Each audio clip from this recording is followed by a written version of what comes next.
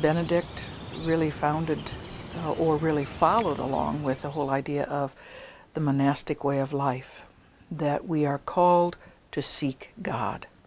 And that's really that's really our role in life as Benedictines, is to constantly seek God. And we do that in the context of our life of prayer. We do it in the context of the ministries that we are involved in, but always with the sense that it is a contemplative approach to life.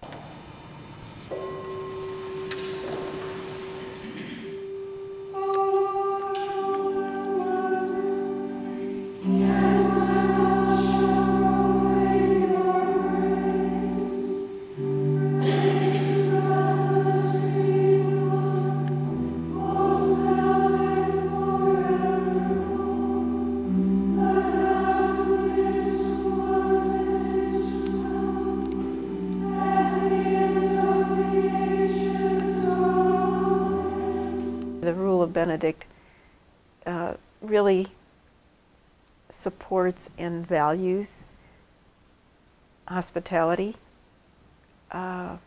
listening. That for us is obedience, but obedience means listening.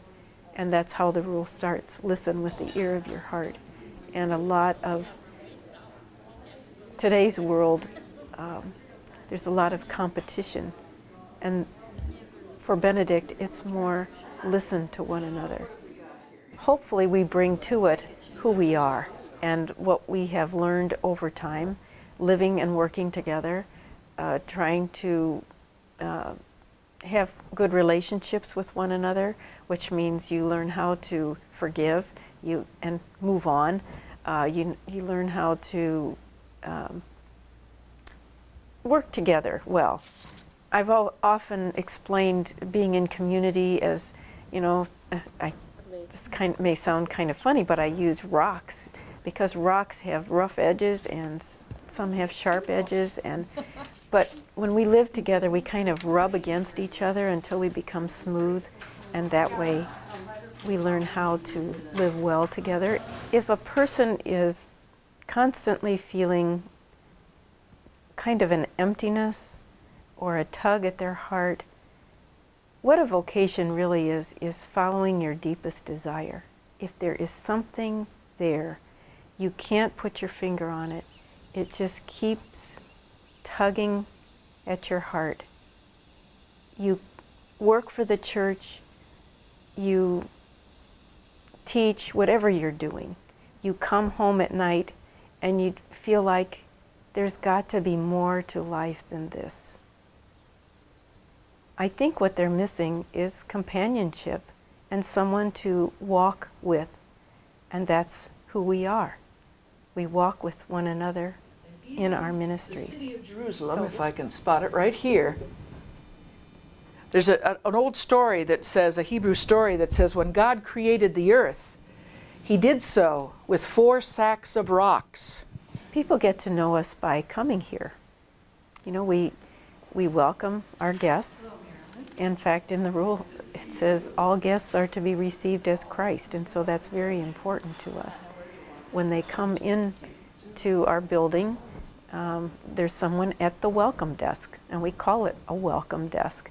And that person welcomes people in, asks if they would like a tour, if they would like to visit our chapel.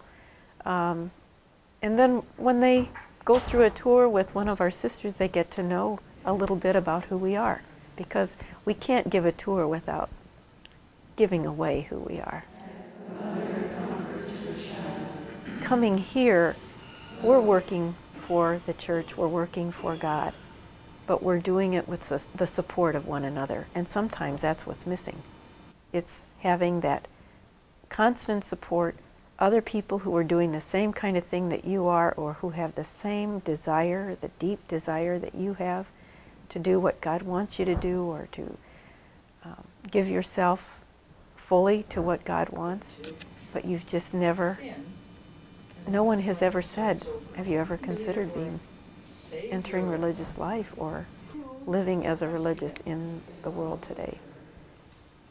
It is not a a common thing today.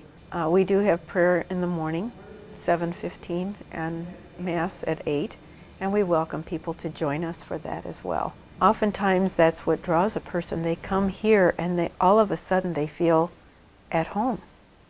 This is where I belong. This must be where God is calling me.